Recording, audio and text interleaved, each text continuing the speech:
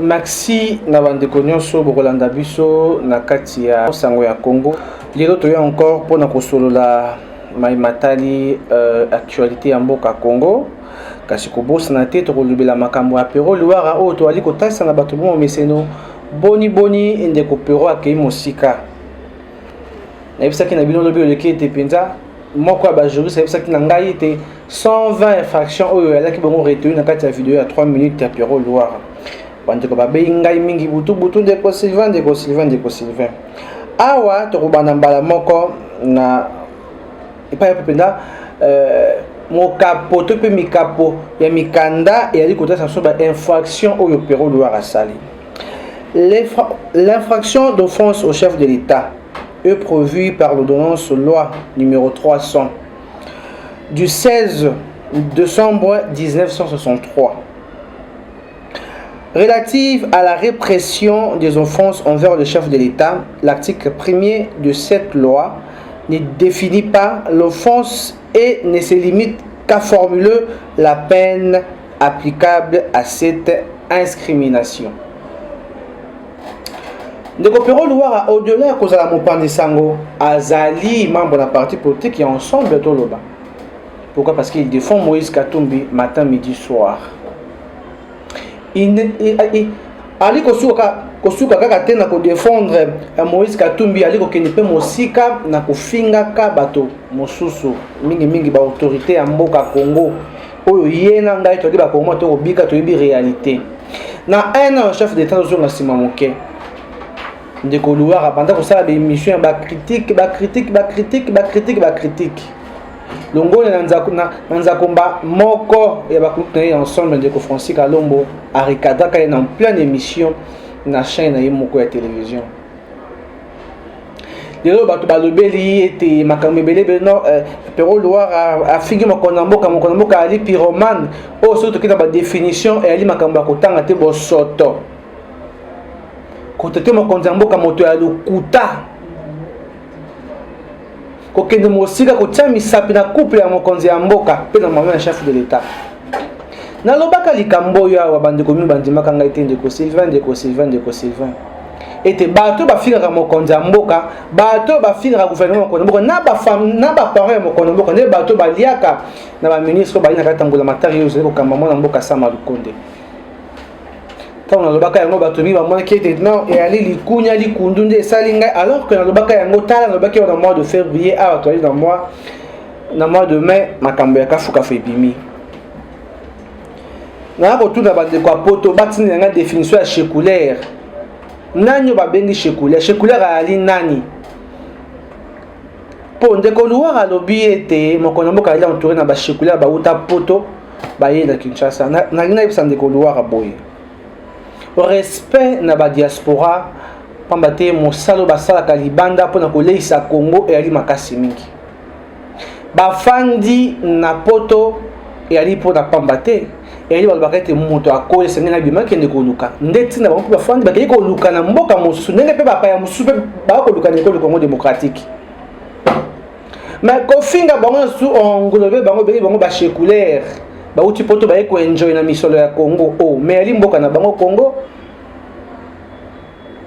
bato ba fandi na poto na batambaka na molongo na kata limemia oyo soki yo Ndeko Pero Luara okei na msuta na Belgique pa mo fanda te parce que o mesana kita mata ko tambola na divagation ko anyama okei mo fanda kapelo te musique makasi mo kei na nyango mo kei na bon marché mo zoni bandal c'est là. Mais bango na poto so ati limite ya moto kotambola 2 heures 20h 6h moto bato ba kotambola na respect attendez bato yo zo finga bango ba séculaire bato bazana notion ba yebi ko fanda nde bato yo ali ko finga bango ba séculaire n'est-ce pas yo pour envier okende poto n'est-ce pas pour envier malili ba saison o yo so bango ba ali na ngo kuna n'est-ce pas.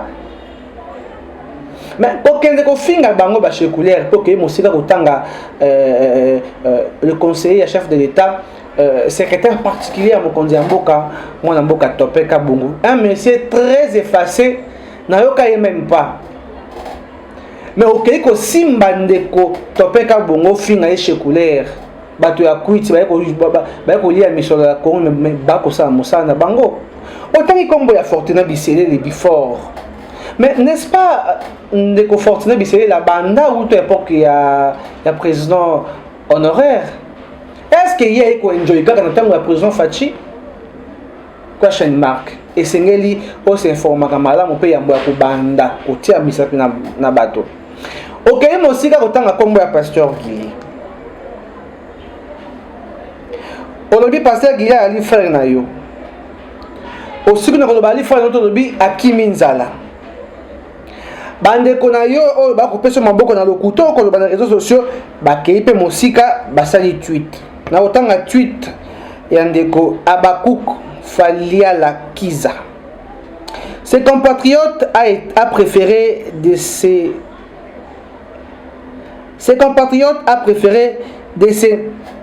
disperser. À cause de l'ingratitude du régime actuel, il semblerait qu'il rejoint le camp de JKK. C'est Joseph Kabila. Oh, parce qu'il y a un Liban, l'école Congo démocratique. Nulle part à Longwe. Nakata eu de peste, nulle part à Longwe, nulle part à critiquer Mokondi Amboka. Mais yo kei mosika kino kokoti saye na kati ya likambo ya azali na kati te. Nyoso wana zo luka ko simba bisika ya kotelemela. Pour ton information, Gilles la sala ba émission na ye na ba parlement de à chaque temps bato balandaka ba yebi alobaka yebi moko comment on benga ba nouveau riche. Ali na bureau et pas pasalaka ali na mituka na ye. Et nulle part où il y a lobby était azomona pasi alongo akei honte à toi Péro. Oza moto ba fake news. Ozo pesa ba sango alo couteau longo banité. Pesa bato ba sango yo bato singi na bato koyoka. Kotia yiki na moto ba humanité. Bo banda campagne ya diabolisation uto e bandeli ya mandé à chef de l'État. Na ba chef na bino ba pesa ka bino mission la ko ba buto ko na moi. Et s'il était beaucoup de politique de la diabolisation pour la cohésion Mokondi Amboka. Mokondi Amboka le très bien qu'il y aura bel et bien les élections en RDC en 2023. Bato boko banga iki bokende bozonga likambo yango euti wapi. Et c'est que pesa na ba compatriotes na biso, c'est que pesa bango ba information ya livré. Les autres temps où Péro doit traiter mon Konzamboka à la base de la division de Katanga dans le Kassayen, n'est-ce pas, où tu n'es pas député Mounongo, où est ensemble pour la République. Tout le monde qui dit que silence coupable, il y a Moïse Katumbi dans Makambo Italie, déclaration, il y a député Naye Mounongo Inamizi, n'est-ce pas? Tout ça, il y a qui pour la nini. Moïse Katumbi plutôt ya zali na yepe pour la division. N'est-ce pas bien fondara na Katanga? Nulle part où ya sa sangisi ba Katanga, sangisi ba tobasa kuna atei ba apprécier bango lolenge nini ya kozala. Ya ko boya bandeko ya ba tribu mususu te. Maintenant, on Konzamboka s'est déplacé, a dépassé Premier ministre, a déplacé quelques membres du gouvernement pour que nous yokanisa bandeko baza na kati ya kokoso. Mais ali papa na bango. Oso ngoni papa na kati ya ndako yemo ko zo panza ba yemo so linga sanisa bana. Déjà aux na Kinshasa ndeko Péro ba mona ki na bandal. Bato ba benga ki ba mona ki na bandal, zo boya osala des missions, mais oza na bandal. Tu fais bureau, maison, dans la bande de Kinshasa. Kobano, Kobata Mate pour au salon à Soukate. Il serait mieux de se présenter, de traiter. Ceux qui vont faire, ceux qui vont tirer, ceux qui vont faire, ceux qui vont les sacouna, mboke koma, bo sali me monana. D'accord, quoi, il m'a balé ça qui est émission, le bac qui mettait ça sur internet, bah tiens on prend internet, tu peux essayer comme les bâtonnons sont, qui est de commis bimisa, les aux amalans mingi. Tout le temps, on va dire que les candidats ne peuvent pas finir comme on dit, qu'on critique, mais qu'on finga cette fois-ci. Critique chef d'État, il m'a dit, il est prêt à critiquer tout ça dans la démocratie. Mais dans la critique bino bokomi bosali cliquer bato ko finira chef de l'état. Un peu de respect dans mon konzi mboka. Na zongi ya kadi umba kufa likamba kadi bino bebi liwa kadi mbote. Et le format kadi ba perdra motomoko ali azaki très utile pour na bango. Être cher na bango akenda pour le kola masano. Likolo ya vérité o yazaka koloba. To changer ça les aux amalamu. Ba confrère nyo surtout oyo bazali ko tweeter na kotanga ndeko Stani. Oyo alobi journaliste ali libre ko sala mosala na ye et tout na ba insulte. Bon ali ko bika na planète nini ndeko Bojakira. Bozo bika na kati ya planète nini. Jusqu'à ce que OK de ko encourager au tel niveau à basser sur la ligne tu n'es plus intelligent. Na retrouvé Stani on a pas quitté avant na tweet na yo. Il a encourager. Monsieur le ministre Mouya Yaousali, état général de la presse, et aboutir dans l'autre côté parce que t'as la fruit à Louara. T'as la fruit à moto bidon na bon lié qui na quatre état général de la presse va participer à qui va jouer mon enveloppe. Mais t'as le résultat. Au lieu qu'on mélancer par youtubeur quand bon interpeller Péro Louara, bon interpeller Louara, bon payer des sanctions. Or on sait journaliste, député national et actuellement Ali ministre la communication immédiate puis porte-parole du gouvernement fait quelque chose pour la période là ça va donner une approche aux alliés c'est un métier pas outil on est capable de ça appeler Kambo comme on a mis sur bateau. Au condamné na vidéo mais en bas aux salani ministre Mouya, il y a trop de légèreté dans le secteur, il y a des cocatés.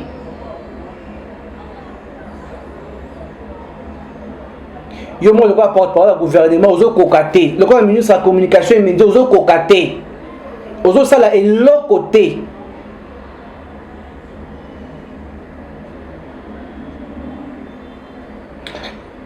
Louara, et c'est là Alex Nabiso la preuve. Il y a Makambo et Lubaki. Si réellement, si Azan n'a pas preuve à Makambo et Lubaki, a que négocier présenter dans la justice.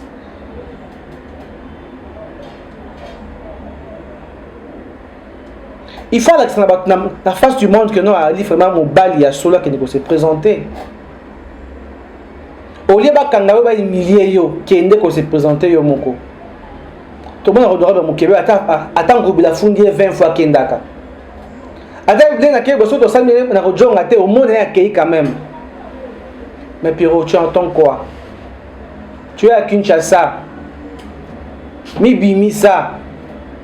Pourquoi vous continuez à battre mi bimisa?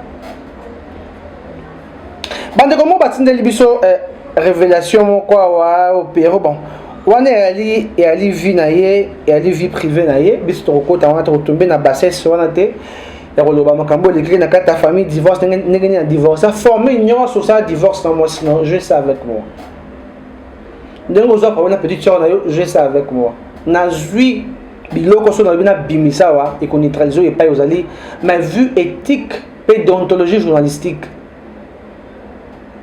oyo professeur na ngai matumo ni baloba na biso oyo ba assistant Didier baloba na biso oyo ba professeur Dilouben baloba na biso na ifasik je ne peux pas tomber si bas comme toi oya ko loba yango na miso na itando. C'est déplorable. C'est vraiment déplorable.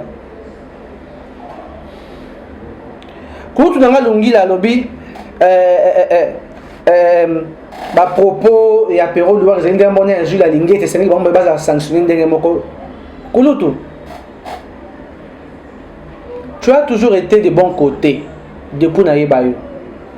Mais ce que lingo tombé si bas kozwa était kosala était ou la nisamadoba ou la lingeta dobaki na Houston dans les États-Unis pour les cambo ya guerre ya est au kisengo na louara lobi a fingi mokonzi ya mboka. Je suis très désolé na zoye ba société na sala moi retour moké l'inspecteur joue la lignette à l'obéli que tu as la guerre na Congo. C'était pour exciter les investisseurs. Mais tous les réalistes. Guerre aux Ukrainiens, c'est comment na Congo? Tu as une insécurité na Congo et non guerre. Insécurité, oui, insécurité permanente et puis très avancée et non guerre. Parce que bato bali ko bombarder na biso to yebi bango. Et ça dit biso mon nakata biso entre autres les politiciens. Pourquoi président Mbosso va quitter les groupes armés? Il fallait gouvernement faire ça l'étude na maloba président Mbosso. Interpellé qui va député à Ituri, à Sud Kivu, quitter les groupes armés, c'est qu'il y a quelque chose au Sali Makawana. Phénomène bilanga ya Est, tu es bien. Yo mona so mona et si ko guerre ya batonga batonga ki to batonga ba par batonga na ko vision que na ko voir même ba vacances. Nega ça na Est. Au mona politicien ya bandu mais akenda ko tonga ndako ya kitoko au bord du fleuve. Il y a lac, il y a Kivu, il y a Ituri. Mais bon, le guerre, il y a une sécurité. Pour ceux qui guerre, tu retournes pendant qu'ils tournent, au bord du fleuve, tu as un gomme, mais pendant qu'on écoute, tant il faut, c'est le bouton. Voilà comment Poutine a saccagé l'Ukraine, a démoli les immeubles, les avions. C'est ça qu'on n'a pas de guerre israélienne. Biso to une insécurité parce que to yebi bato yo bato ça biso mabe ali ba politicien biso moko na kati na biso moko ba pesio bon ça mon groupe bato be pas kende ça pour tous ba minerai ba des fois yo kasi mais très récemment le gouverneur militaire ya Ituri moi mboka constant Alex biso muso ba ki nani chauffeur ba ADF baloba que les sombras à qui de Billy Kambale ou secrétaire UNC ils sombras à qui de Bonaï bataille serait une dame Kavira avec 3 cartes électeurs ba combo différent longa mutu moko oui sanga siko to ali la guerre na Est gouverneur militaire a ça le ronil au lobby au crier très haut au lobby chef de l'état a possible batou dans les cambodgiens de siège alors on a pas conseillé le côté bino boza bando ko dia kambonga Kagame na moni parce que mon konzambo kazo buda pour insécurité wana ese bande ko ba fanda kime na école na ngambo à Est bino bozo bunza état de siège donc bino bolia kambonga Kagame parce que actuellement Kagame a ko l'économie na ekiti parce que moya yi basu na Congo ba minerai et ça té mais vous défendez Kagame on s'attaque na état de siège ceux qui besoin ba yangote moto nyonso oyo aparta lelo oyo azali ko s'attaquer na état de siège c'est que ali ko défendre Kagame allié misolo ya ba Rwandais quand était chef de l'état était ali frère ya Kagame a fongolé ba frontière contre ba minerie marabutu mo ndeko luara renseigne-toi auprès de Moïse Katumbi akoyebisa vérité ndengani ba minerie bi marabutu mo il est expert en ça ayebi matière on a très belle on m'a ko échapper à ta gérer pendant 50 ans à Yebi très bien de fonctionner. Alors on est kolungi là ko sangisa te makambo pero luara lobi na makambo yo inspecteur Joël Ngeta lobaki eza biloko ni balé ki seni seni bo dossier là wana obungi éthique pe moké parce que Ndekoluara il est allé trop loin pour insulter on est allé insulte et allé diffamation à diffamer mon candidat Mboka a fini maman mon candidat Mboka et à mon soutien maman Marthe un peu nani respect na baboti ya baninga. Et moi je me demande si Macron était le président au Congo de moi si n'est ça si là donc on a mon nzungu et c'est là tout élevé débat ko les télévisions ko critiquer oui insulter il manque d'arguments et puis faiblesse. Tant moto a un argument télé quoi la mise sur l'actualité à se lancer dans quatre insulte. C'est ce qu'a fait le confrère Pero Luara. Ngai na ko si ma caméra té. Na ko bébé liboso la caméra Pero Luara na condamné ali pour bakanga yo o ça ceux qui prison ceux qui au samba ceux qui longi.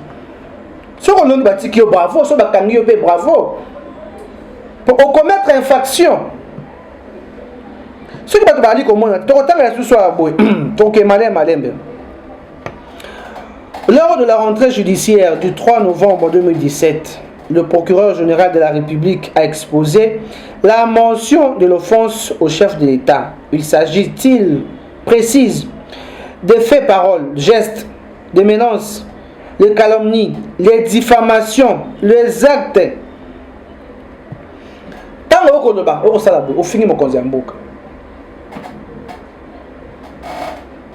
Même le geste compte dans 4 infractions. La parole au lobby. Éthiquement. Au salaire consciemment. Et puis quelqu'un a au salaire, il salaire éthique dans salaire quand même. Et à lui buster. Mais ce qui gouvernement topé plus na biso topé juste monsieur qui na l'éjecté makasi ya kotika le roi sans interpellation sans quoi dire azongi encore koloba biso beto komeka ko salaire to tande ni réaction ekozala.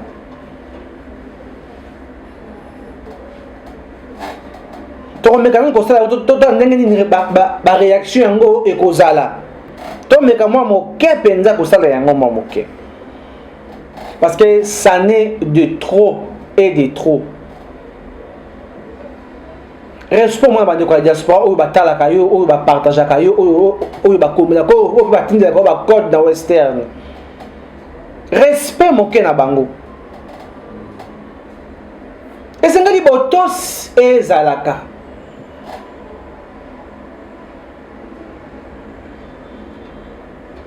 Au divorce na moi si na yo zali na scandale et ça personne n'a parlé de ça à la télé.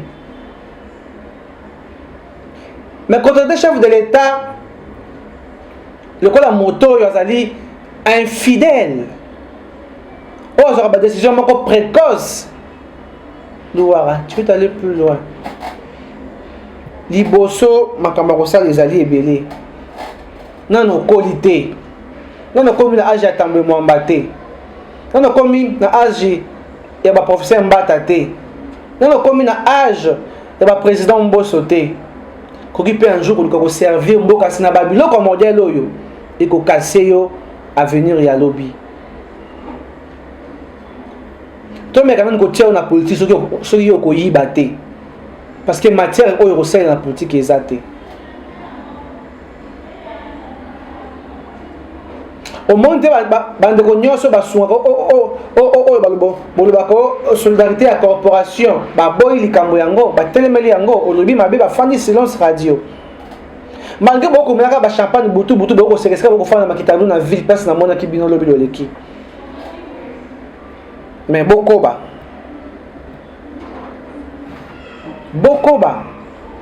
lelo ba kulutu na biso lushima njate personne bazali wapi batongaka mboka na mafinga te ne siko finga ndeko na Congolais luka bosto sangana to bongise sika makambo zo simba te. Je parle avec beaucoup de ministres ou ya gouvernement ya Sama Lukonde okendaka ba activité na bango mingi kolanda mwa ba 100 ba 50 ba pesa kape wana reprocher wa ministre hors caméra mais insulter c'est un signe de faiblesse. Tu montres à combien de fois on a dit esprit encore très petit. On a l'esprit à mouké makasi. C'est bien peut-être de rester calme au lieu d'insulter. Soit critiquer comme d'habitude. Non yamba moto te o pendo tikile tam alo ba malamu bilan chef d'état yo depuis chef d'état zawana au moins à 0 na 0. Comme un jour après prestation un serment qui non mo koloma lelo on na koloma yo non mona bola muté. Dès qu'on voit, si on peut nous montrer la TV, critiquer ça, on a un projet à 0 trou, il semblerait qu'il y a 30 millions de détournés, mais ça les monde en a été. Pour 1000 $, il y a le 14 février et quand on a Mungongo, Gingo de témoin à Mungongo. Critiquer ça, Malukonde. Pour la faille, ça m'a cassé la primature, critiquer ça, Malukonde, la gestion de l'Ingénie, comme ministre, tout à ce qui est au salaire. Donc, on a des besoins de Mboka. Au final, le chef de l'État.